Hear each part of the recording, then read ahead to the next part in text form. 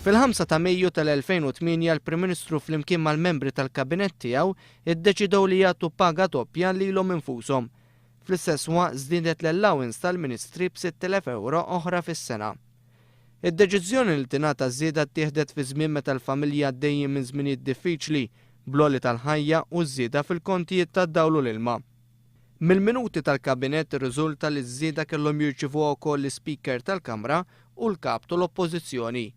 Iżda il-Kap tal-Oppożizzjoni Joseph Muscat qatt ma rċieva żieda u meta sentejn u nofs wara sar jaf din iż-żieda, iddeċieda li l-flus għandhom imorru f'fond tal-karità immexxi mill-imħallef emeritus Filip Xiberras.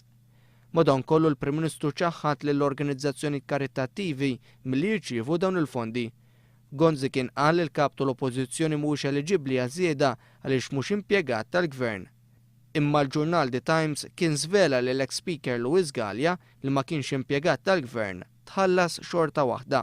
Il-Kap tal-Oppożizzjoni Joseph Muscat qed jisħaq li bil-vot tas-Sibt ir-rappreżentanti tal-poplu jridu juru biċ-ċar jekk humiex mal-poplu jew ma' Lorenz Gonzi. Il-mexxej Laburista qed jappella lid-deputati biex jivvotaw b'kuxjenza favur iċ-ċittadini Maltin.